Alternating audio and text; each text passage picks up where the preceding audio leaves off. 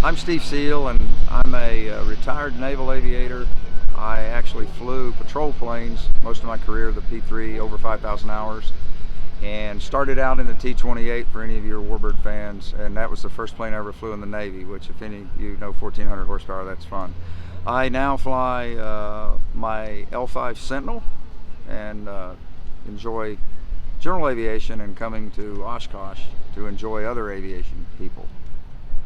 I was asked how I got into the warbird business, and I think it probably started when I was a very young boy and started building models of P-51s and B-17s, and then I decided to make reality out of it by going over to the Commemorative Air Force in Peachtree City, and I met some wonderful guys there that introduced me to the planes, and I realized I could be a member of this, and I was hooked at that point. And I, of course, had studied World War II. As I grew up, everybody on my street's father or uncle had been in World War II. My uncle died as a tail gunner in a B-17, so World War II was just an interesting time for us, and so I like warbirds. Becoming a Navy guy, of course, I flew semi-modern warbirds.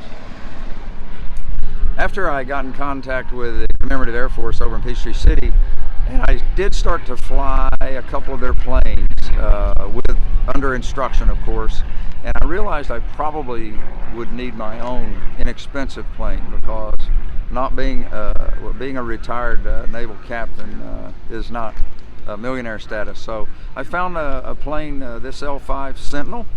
I found through a friend, and it was being sold from a museum status, and I entreated the best L-5 expert on the East Coast, according to what people told me, and did a pre-buy. Bought the plane. He laughed at me and said, "You're going to love the plane, but you're going to hate the plane as you maintain the plane." So I did fall in love with the plane, and I now have over 400 hours in this plane, and have studied. I have read 7 books on liaison flying in World War II, and tried to imagine what it was like to do this back in the 40s as a young 18 to 21-year-old man. I was asked why I love this plane, which looks to some people like a Cessna 172. Well, this plane actually has a lot of power. The maneuvering ability of this plane is outstanding. It's a dream to fly. Stinson made wonderful airplanes. Civilian planes for them were like Cadillacs or Mercedes-Benz airplanes in the 30s. And when they made these warplanes, 4,000 of them for the Army, they made them very rugged. And so it's just a wonderful plane to own, other than finding parts. And again, for a guy who's of normal means of income, it sometimes hurts to have to write a $1,200 check for brakes or a cylinder or something. But as I've said before, if you love the airplane, it's like your child. You grumble a little bit and pay a little bit of money, but I've got over 400 hours in the plane. I enjoy flying it. Have flown it to Oshkosh. This is the 5th time, and just do it with normal guys. Like, hopefully many of you are out there. Get an airplane. I've been asked to say what it's like to fly a plane like this into Oshkosh, and even to get it here. Well, first of all, my journey started over 700 miles away in the Atlanta area, so the first part is just navigating and going into strange airfields to refuel and enjoying it, and using an iPad or something to give you directions and wind speeds and all of that. And it's actually enjoyable to fly at 1,500 feet above the ground across America and really see the various things. But when you get to Oshkosh, you have certain procedures to do.